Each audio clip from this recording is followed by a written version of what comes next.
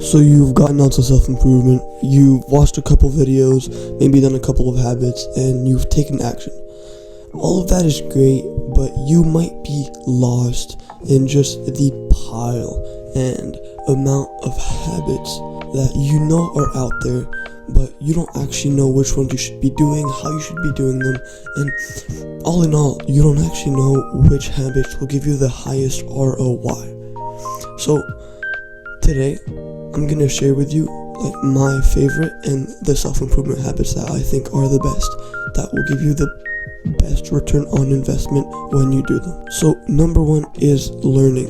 So I made a video about this last week, but learning is insanely powerful, especially when you're at the beginning of your self-improvement journey. Because if you can find somebody who's 2-3 years ahead of you in your self-improvement journey, then you can basically shortcut the first 2 or 3 years by learning from their mistakes and gaining their knowledge. If they're telling me that oh, by the way, you probably shouldn't waste this time on this habit because it didn't really do much for me, then sure, you can avoid that habit, avoid the rut that you might get into because you followed that habit. And you can get ahead of everybody simply because you're learning by someone who's ahead of everybody. So the two forms of learning that I highly recommend are reading books and podcasts. So I read every day and I listen to podcasts every day. So apparently watching podcasts is better than listening to them, because when you watch, you're engaging more than one sense, and that's apparently really good for learning because you retain more information. So try to watch instead of listen to podcasts, and try to make reading a regular habit. So I find that reading in the morning and reading at night are the best times to read, and then you can squeeze in some more reading in the middle of the day. The second most powerful self-improvement habit is meditation.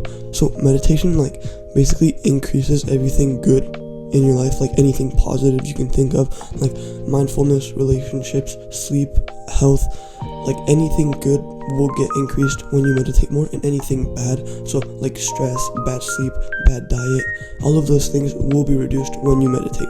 So meditation builds mindfulness, and it allows you to have aha moments, right? So when you're scrolling and you realize you don't want to be scrolling and you can get off, that's because of meditation. When you're about to grab a cookie but then you're you know what, I don't actually want that cookie, that's because of meditation. And again, I think that meditating in the morning and at night is probably the best, because if you can ensure that you meditate in the morning, you'll probably meditate at night too, because if you can win the morning, then you can win the day. And meditation in the morning is one of my cornerstone habits in my morning routine. So I highly recommend that you start meditating regularly. The third most powerful self-improvement habit is actually kind of something that I mush to two habits together, but it's sleep and working out. So the person who grinds all day but then sacrifices their sleep will do worse than the person who grinds just a little less, still grinds, and gets good 8 hours of sleep, restful sleep. Because sleep basically just enables you to function well as a human being, and if you're constantly sleep deprived, then you'll just feel like shit.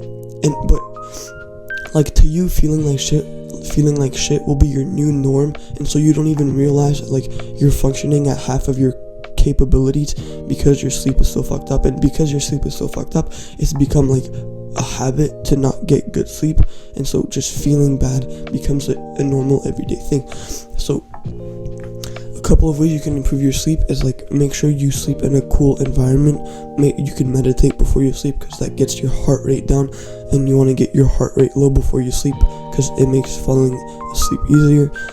Read before you sleep. So I read on my Kindle, lowest brightness, I shut off all the lights, and I just basically read for 30-40 minutes. You can journal, so instead of bottling your thoughts in your head, just put them down on paper, and basically encompass all of those things into a nighttime routine. So I usually start mine at 8:45, 9, basically after dinner. I'll brush my teeth, and then I'll basically get into my nighttime routine, and then I pretty much have great sleep. So I encompass sleep and working out together, because I feel they're both health related habits, and working out does make falling asleep easier, because when you work out, you actually at the end of the day, you deserve to rest because you've put yourself through a hard workout. And workouts, I find that like they're another kind of like discomfort habit, and they just build the physique and they make you feel great.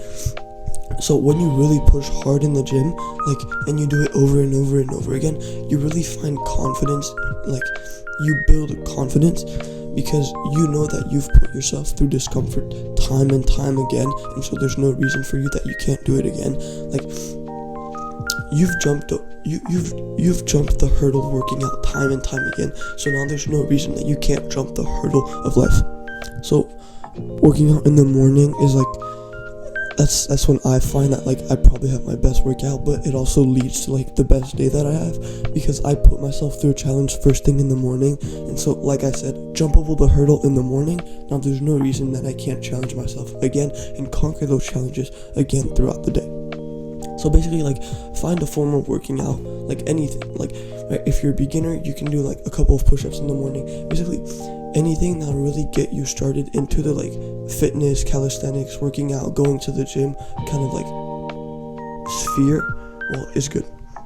So recently, however, like, so last year, well, like, basically like a month ago, I only had 3 classes and now I have 4, so I have less time. So I'm pretty much like sacrificing my workouts and I'm just hitting the essentials. So like upper chest, neck, traps, and then legs and abs. Like, that's pretty much all I'm hitting.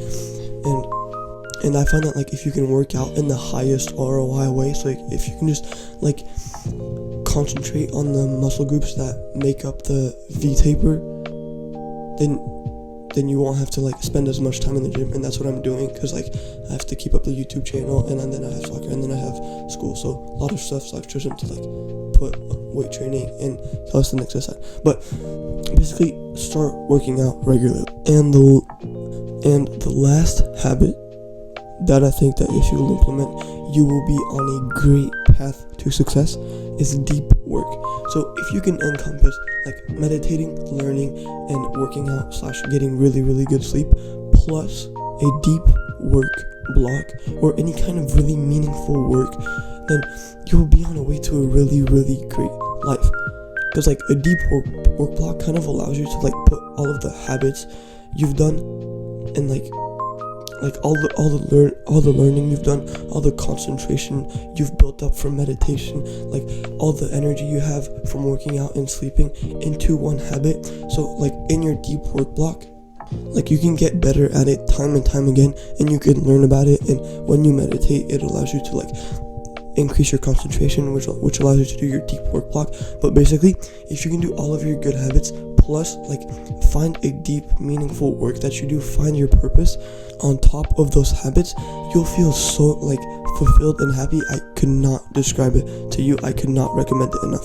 I think I have a purpose video somewhere, so I highly recommend you go check that out. Alright, hope this helped you, and I cannot wait to see the progress that you make. Cheers, bro.